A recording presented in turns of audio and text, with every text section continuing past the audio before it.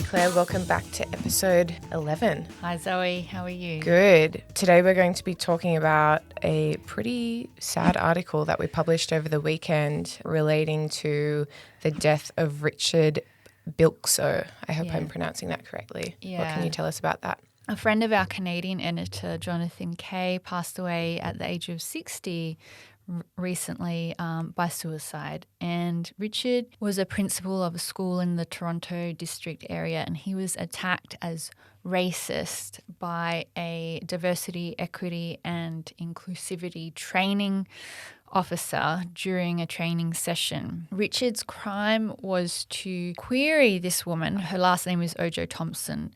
His crime was to query her comparison or her conflation of the United States with Canada.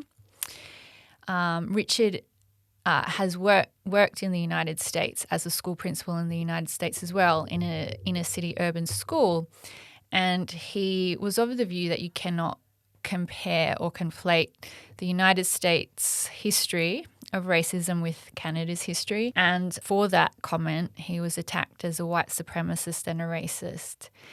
And this was very distressing for Richard, because he's a lifelong progressive. And you can read Jonathan's article, which is up on our website, which goes into some of the context. Like many people who are victims of unfair accusations, he expected his bosses and colleagues to defend him, but apparently his bosses in the Toronto District School Board joined in the attack and piled on him on Twitter. And then his query during this diversity, equity and inclusivity training session was used by this training officer as an example of white supremacy in further training sessions. So he was smeared, attacked, piled on, harassed and abused for just having a rational, skeptical question. And the distress that all of this caused, his family have said contributed to his passing, which is absolutely tragic. And I am so sorry to Richard's family, and I'm so sorry that you're going through this. And and I also feel terrible for there's so many other people who are going through similar situations, who are being unfairly attacked, smeared as racist or sexist or whatever, just for having reasonable objections to something that might occur during one of these ridiculous training sessions. Mm-hmm. There's a sociologist who I admire called Jason Manning, who wrote a book about suicide. It was released last year or the year before. It's called Suicide, and he's not a psychologist, so he doesn't look at it through a psychological perspective, but he looks at the sociological context in which suicide occurs, and he writes that suicide does often occur after a loss of status or the destruction of a reputation. So all of these incidents or episodes of having our reputations attacked by these grifters, these race hustlers, they do have consequences. They hurt people in the real world, and sometimes they hurt people so much that it becomes unbearable. Yeah, and anyone who's experienced this firsthand would know how horrible and isolating it is, and you really do need a really good group of people around you, or else it's very difficult to get through. We know we've published a lot of authors and academics for whom this has happened, and we've published their stories, and they're harrowing. Yeah, we published an entire volume of essays about cancel culture. This book is now a couple of years old, Panics and Persecutions. It's a couple of years old. And, I thought that cancel culture was sort of dying down, and maybe it is, but the distress that these episodes cause to people can last for years, particularly when the accusations are false and they impact someone's direct work life. Mm-hmm. So I've been subject to all sorts of accusations online on social media and elsewhere on the internet, there's been entire articles written about me being, a Nazi and so on and so forth. But it doesn't impact my everyday life in my work environment or my family environment. And my friends couldn't care less about what people on the internet say about me. But if you're someone who's an academic and you have to work with people who don't know you very well potentially, or who get very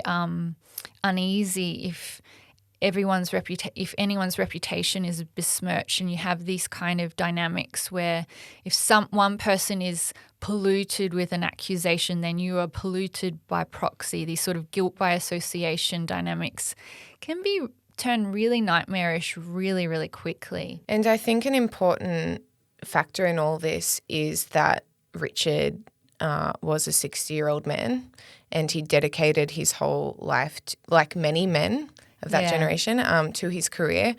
And he'd worked his way up. He was principal. He was obviously very well respected. And then to have this loss of status or loss of face can completely derail any person's sense of identity. Absolutely. And reputation is everything if you're in the education system. If you're a school principal, reputation is everything. I just find it so devastating that his colleagues and bosses did not stand up for him against these obviously ridiculous accusations. One theme that comes through in the stories that we published in our book is the absolute cowardice of most people when it comes to defending their friends and colleagues from unfair attacks. It's unfucking believable how cowardly people are. Yeah, I think I learnt that the hard way. At least it was just in the last year of high school. But I learnt then that people are very cowardly, and if they see their status being drawn down with you, most see you people, later. That's why it's so good to have good friends as you get older, and you can sort of filter out people. The other side of that is that sometimes people whom you least expect it come to your defense, or at least reach out. I've been piled on I don't know how many times, but every time it happens, someone reaches out to check if I'm okay that I would never have expected. People who have different political outlooks to me will reach out and say, "Are you okay?" That's nice. And it's surprising the humanity that comes through when we go through these stressful episodes. I mean, there's the cowardice on the one hand, and you find out that a lot of people you thought were your friends aren't really your friends at all because they're not going to stick their necks out to defend you. But on the flip side is that some people genuinely have enough humanity to just check on another human being to see if they're going okay. Yeah, it's very important to do. I mean, I would recommend, like, if you know anyone who's going through something like this, a loss of status, having their reputation unfairly attacked and smeared, reach out to them, because it will be a very precarious time for them. Even if you don't agree with them on everything, doesn't matter. It's just about one human being reaching out to another. Yeah. And we all have to be. We just have to be aware of how vulnerable we all are. Yeah. But one of the worst things about this ideology is that showing any empathy towards people like Richard, who are white supremacists or whoever they might be, any empathy or humanity shown towards them is seen to be that you are you're guilty by association. Or you're sympathising with the wrong side of history. Yeah. And actually, when Richard did speak up, he was told that it was a good thing that he was feeling discomfort, and that this discomfort was obviously a sign that the DEI classes or courses were doing the right thing. And so, I mean, when does discomfort become severe mental illness? Yeah, I don't know how people put up with this. Honestly, if I ever had to sit through a diversity training session, I would walk out. It is absurd, and I really don't understand why people put up with it. It's not necessary. It's really not necessary. And if enough people just stand up and say, no, we're not going to sit through this bullshit, then workplaces will stop putting these training sessions on. It's just about people having the balls to say no. There must be so many people who sit there feeling awkward, like, I don't know why I'm sitting here copying this, but they don't have what it takes to just stand up and walk out. And I don't know why people have to be such cowards, but it ends up with these tragic situations where, because so many people just do not have the courage to say what they really think, we get situations like this where these poor individuals are piled on and attacked and do not have enough support. When, you know, the majority of people, I would imagine, would have agreed with Richard. Yeah, for sure. And let's be honest, like, why are these institutions hiring these consultants who get paid like $300,000 a year or more?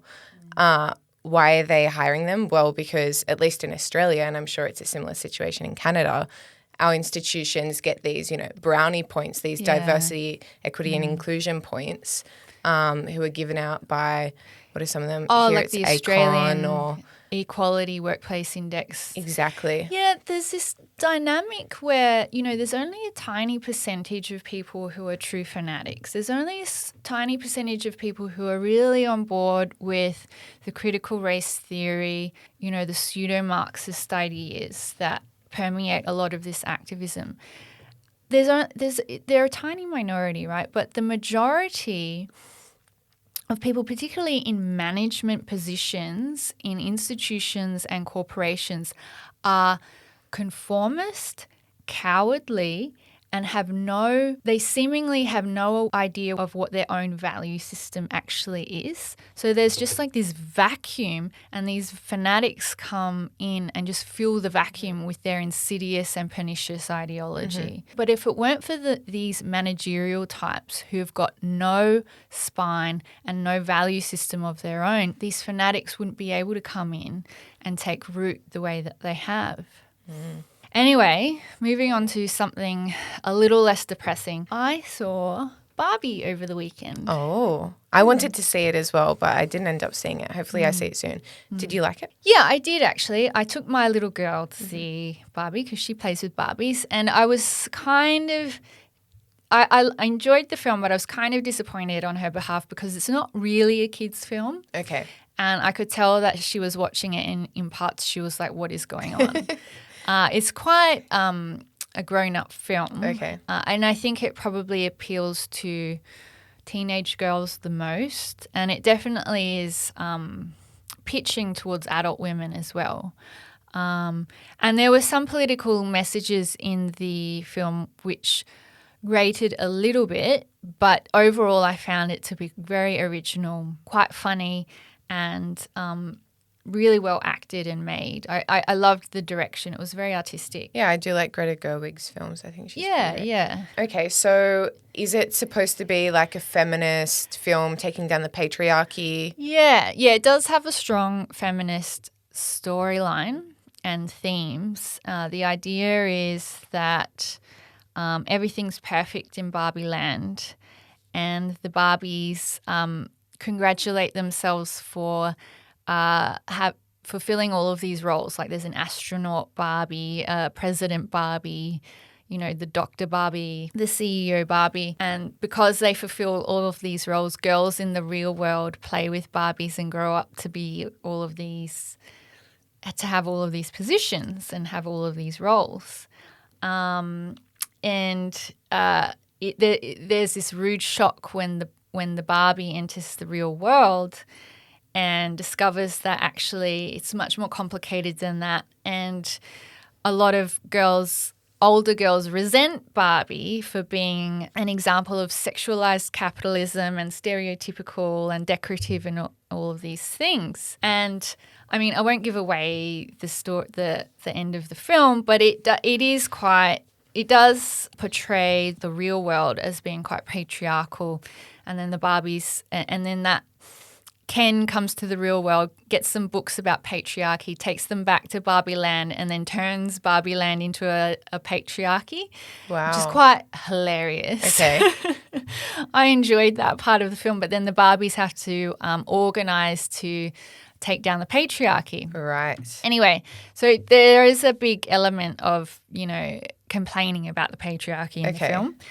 But I think even if you don't subscribe to mainstream feminism, I still think you can get a lot out of the film just through the humor and just through it's used as a plot device. Like they can't make a film about Barbie in 2023 without it being overtly feminist. Like, come on, it's just not going to fly.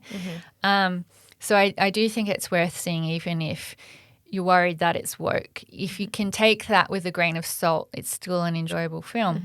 However, I did see some criticism of the film, which I thought was valid. There's a writer in Australia called Virginia Tapscott. She's a mother, stay-at-home mother of I don't know how many children, but more than one, a few children. She's the founder of Parents Work Collective. And I saw on her Instagram that she was criticising Barbie Land for having no children. And she says that this is because feminism still does not know what to do with kids. And the only kind of care work represented in the movie is a gross kind of servitude where the Barbies are brainwashed and its care work is portrayed as degrading. And I think that's a very valid criticism from a different feminist perspective.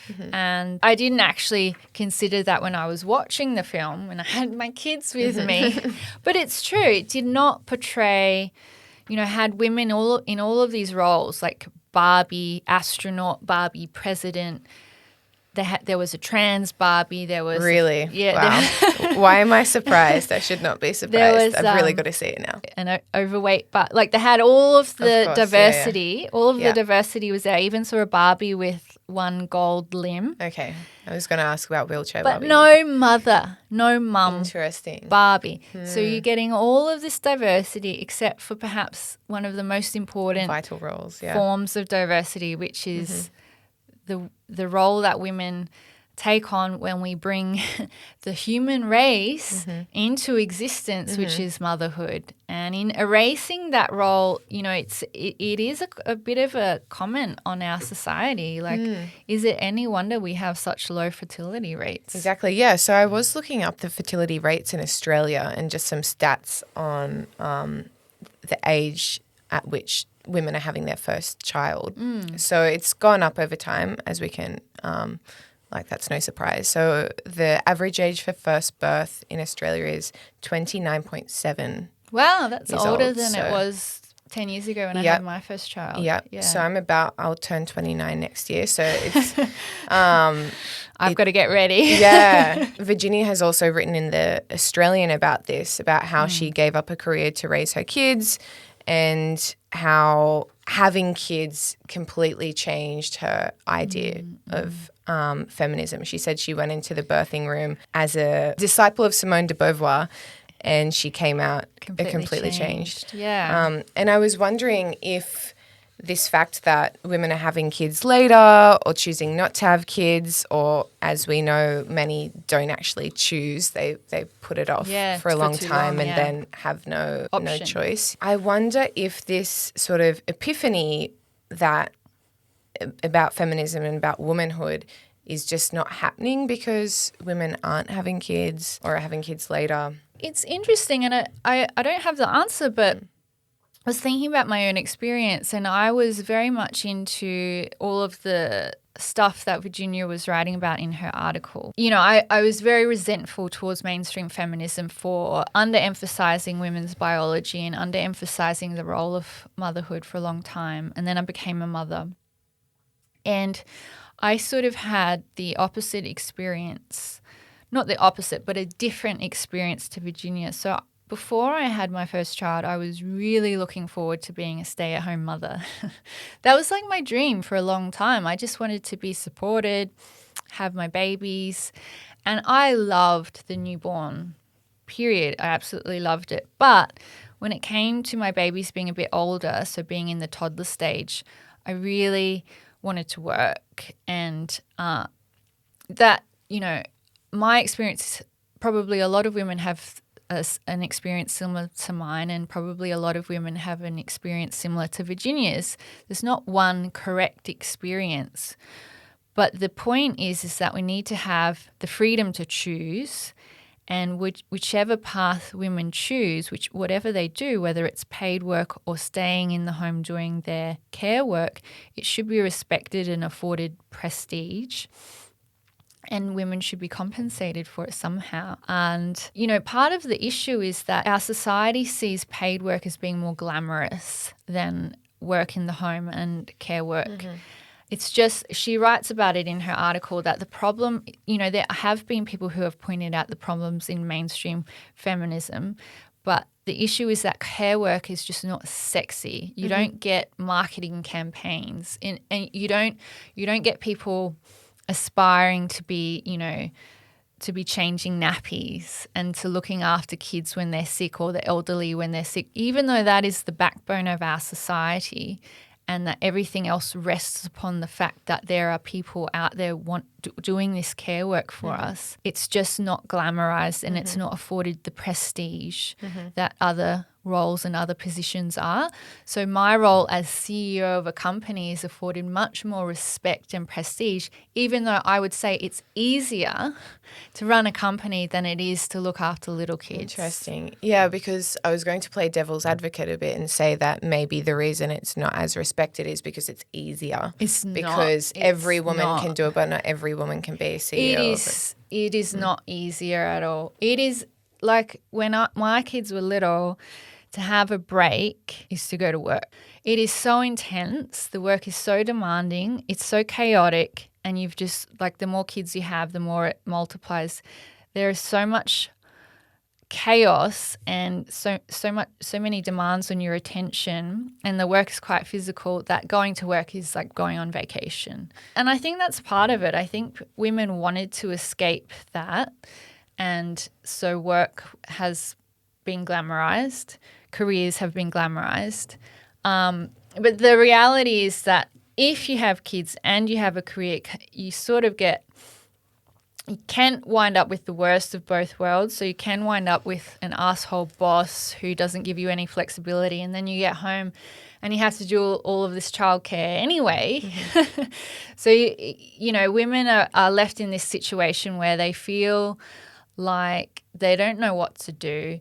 They put off having kids and then it's too late, and it's, a bit of a fiasco because our fertility rate is declining and we need people to have babies. Yeah, Virginia talks about how it's an issue with mainstream feminism, which I think we both agree with, but I would go further and say that it's maybe inherent to most brands of feminism, radical feminism. We talk a lot about that today because radfems have done a really good job in pushing back against the trans ideology and gender ideology in general by being gender critical feminists and recognizing that biology is really important and that there are only two sexes, etc. But I think the radfems, I love what they're doing, but I think they don't quite go far enough in acknowledging that not only do we have sex differences like basics, penis, vagina, but also that our brains, there are differences in our brains and personalities in that we have different interests. And I mean, the James Damore memo sort of kicked that off, right? Yeah. And when you're talking about Barbie as an astronaut and Barbie as a doctor, that's great. And I think we should encourage kids or young girls to see themselves in those roles. But in my head, I'm thinking the reality is that there just aren't as many young girls or girls who want to go into those roles. Yeah, and you raise a really good point. And I think one of the biggest stumbling blocks for feminism, mainstream feminism, has been this emphasis on equality of outcomes. So, we want people to have freedom. We want people to be able to choose whatever path that is right for them. We want people to have insight into their own personality and their own preferences and to go into whatever job they want to do. And we also want people to have the freedom to either have kids if they want or not have kids. The problem is that when we look at jobs, professions. So if we want to look at how many women are who comprises a profession like electrical engineering, right? And say, it's 70% male and 30% female. If we look at that breakdown and we say that it's only 30% female because of sexism, then we're just being idiotic. Because when you give people freedom, you will not get equality of outcomes because people have different preferences. And so the more we force this idea that everything has to be 50-50, the more we're going to be forcing people into roles and positions that they don't actually want to be in. Yeah. And so I really wish we could move away from this simplistic attitude that everything has to be 50-50. I mean, there's so many roles that women prefer doing more than men do, and if we made it 50-50, then we would be discriminating against women. Like psychology is a good example. When I did psychology at university, it was like 80% female. And so if someone came along and said, no, this course has to be 50-50, you would be discriminating against a lot of women who wanted to study psychology. Now, actually, there is a case for there being more men in psychology because we need male psychologists. But in general, we have to move past this concept that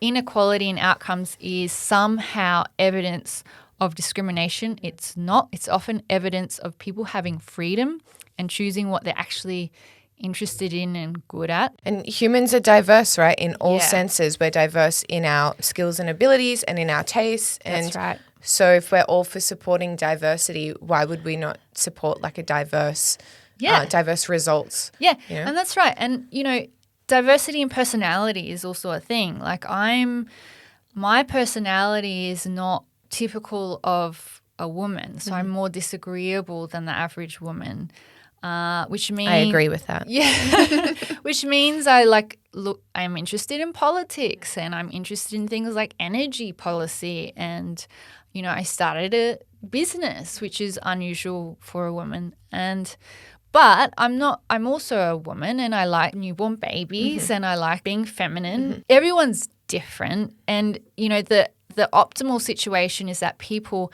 can express their differences and what's unique about them in a way that is complementary to their personality. I mean, unfortunately, the reality is that not everyone can find a job that suits them, suits their personality, and sometimes we have to do jobs that we don't particularly like.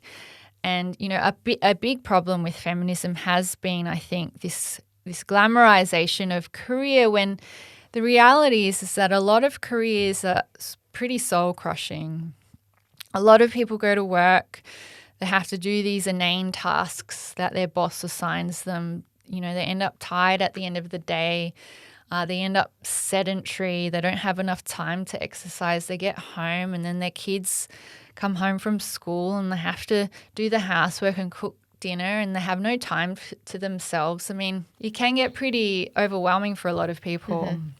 This is reminding me of an essay I wrote when I was at uni. It was on Marxist feminism. Yeah. I remember reading through all the research and finding that even in industries where women dominate in terms of how many, like the ratio of men to women, for example, care industries or hairdressing, or even I think cooking and chefing, even then the people who rise to the top and get the highest paid roles or managerial roles tend to be men. And from what I can understand, it's because men in general have certain personality traits that make them more assertive and more money hungry and more status hungry. Yeah. And therefore, yes, they're in like the cleaning industry or the childcare industry, but they go to the top to own their own childcare business. Or I think there's something in that for sure. It reminds me of something that happened at home with my kids. So my lovely daughter makes me coffee in the morning, which I'm very blessed to receive this, little angel. Yeah. So gorgeous. she brings me coffee. I'll be in bed reading the paper and she'll bring me coffee. And then over the weekend, she decided that she didn't want to do it. No big deal. She's on strike. Yeah, she just didn't feel like it. And my son, who's almost 10, was like, Nora, my girl is called Nora. He's like, Nora, if you get mum to pay you $2 for every coffee, you can – he was like doing the calculations in his head, and he could do the arithmetic, and he was adding up how much she could get per week and then per month and then per year. And then he went and got the calculator out and showed her how much she could earn per year if she demanded $2 per coffee. But she didn't want to hear it. She didn't want to know about it. She was like, I'm not – and I had to explain, like my son was getting quite frustrated with her for not seeing obvious logic in his reasoning. And I had to explain to him, look, Eric, Nora doesn't want to do it for money. She does it because she enjoys the act of bringing someone a coffee. She gets an intrinsic reward. She's not motivated by money. And it just reminded me of so much adult behavior.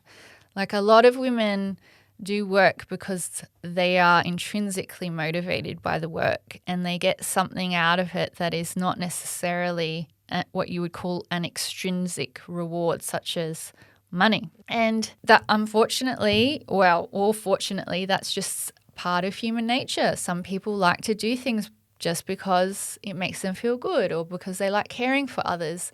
We shouldn't expect that everything that we ever do comes with a financial reward. Although you can also make the argument that maybe we should be remunerating people anyway, even if they are doing it for these intrinsic rewards. Like maybe I should set up Nora with a piggy bank and be donating, 50 cents or whatever every time she brings me a coffee, because, even though she might not realize it, maybe she needs to understand that her labor is worth something. I don't know. I mean, that's just an argument. But it was very interesting to see this play out in my kids, see how the boy child could instantly see the opportunity to make some cash. And he could see how it would add up over time, and just my daughter not being interested. And I wonder if the government will have to start incentivizing motherhood more. I mean, we had the baby bonus for a while. I don't think we have that anymore. Yeah. But I heard that the birth rate in metropolitan Sydney was below that of Seoul, South Korea, which has like the lowest birth rate in the world. So I think you've been doing some research into what Hungary's doing. Yeah. So, I mean, the collapsing fertility rate is one of the biggest issues faced by rich nations all over the world. And it's up there with, the militarization of China and Russia's invasion of Ukraine, and climate change as being one of the top 3 problems that governments will have to figure out a strategy to deal with. Because if you don't have a replacement birth rate, what ends up happening is all these people get old, they need hospital care, they need aged care, and there's not enough workers to pay for it through taxes. Because people are living longer and are potentially retired for 40 years or something before they die, that's a long time to support people either with pension, healthcare or aged care, and governments don't know what to do about it. One solution is immigration, but that is sort of like a temporary fix, and then there's all sorts of problems that come along with that, like housing costs go up, which make it even harder for people to have kids. Cultural issues. So like incentivizing people to have babies is really important, and governments actually really care about this. The problem is they don't know what to do about it, because just about every intervention that has been tried hasn't worked. The baby bonus did work, but it also incentivized teenagers to have babies, which is not what the government wants. They want women in their 20s to have children, not teenagers, for obvious reasons. So, yeah, I mean, everything else hasn't worked, and it's not just Australia. I was reading a report produced by the United Nations, and it was going through all of the different interventions that different countries have tried, and nothing seems to work. There are some arguments, because Scandinavia does have a slightly higher fertility rate than countries like Italy and Spain, and there is thought that and Scandinavia obviously have stronger social welfare policies, so they have maternity leave, and they also have a more of a the cultural norms are more towards equality when it comes to things like housework. So in my reading, I've discovered that in places like Japan, the expectation that women do all of the housework is very strong. And once women get jobs and careers, they just can't do all of the housework anymore. And so they're just like, I can't do it. Like, I can't do both. Have a career, do all of the housework and have kids. Something's got to give. So in the Scandinavian countries, which have more egalitarian cultural norms, there's less pressure on the woman to do all of the household management, and then there are more government supports like maternity leave and childcare, which make it a bit easier.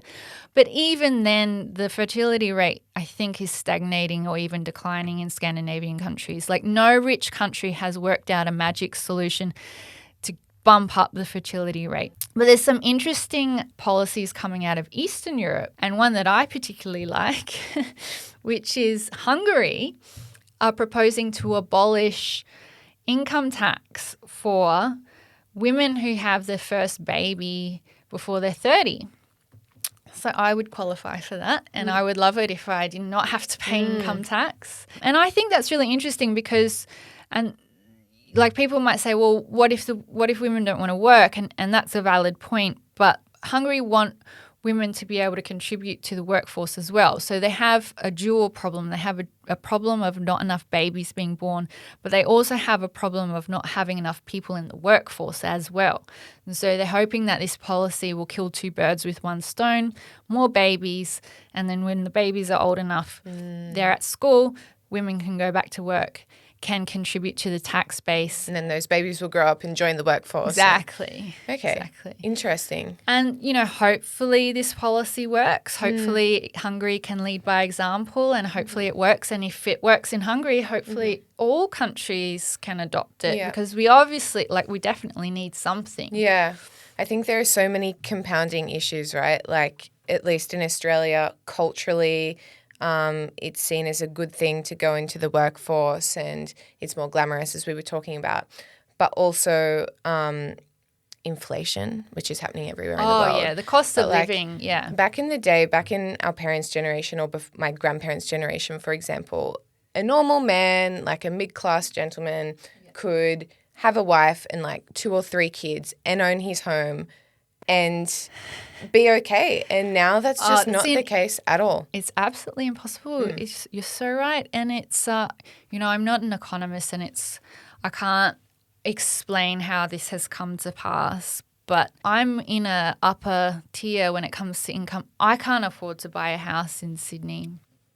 But Sydney's where the jobs are and where the opportunities are. It's really hard for young people because if you get an education, a professional or technical education, you need to go where the jobs are, which means that you need to go to the big cities, the high-density cities. It's too expensive to buy a house, so you end up renting an apartment. You can't have babies in an apartment because usually it's only 1 or 2 bedrooms. And so there's this vicious cycle. And there's no security if you're renting. It's like, next year, where am I going to be with the baby? Are we going to get kicked out? Yeah. And the tax rate in Australia is really quite punitive towards young people. We're basically subsidising a lot of the boomers who grew up in an era of massive economic growth and benefited from it. I have nothing against boomers. I like boomers in general, but it annoys me when they confuse luck with their own genius.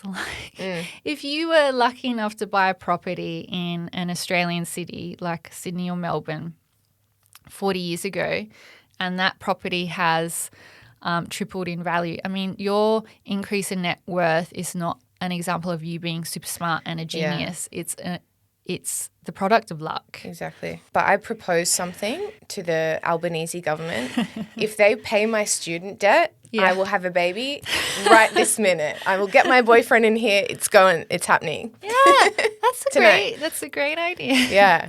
Because, I studied 2 degrees, and that HECS debt is just getting bigger. It went up like $5,000 on the first day of the new financial year. $5,000 extra. That's terrible. I haven't checked mine. Well, hopefully Anthony Albanese watches this, and we have policy ideas to boost the fertility rate increase women's well-being. I mean, they're quite feminist, really. Exactly. We're feminists. Yeah.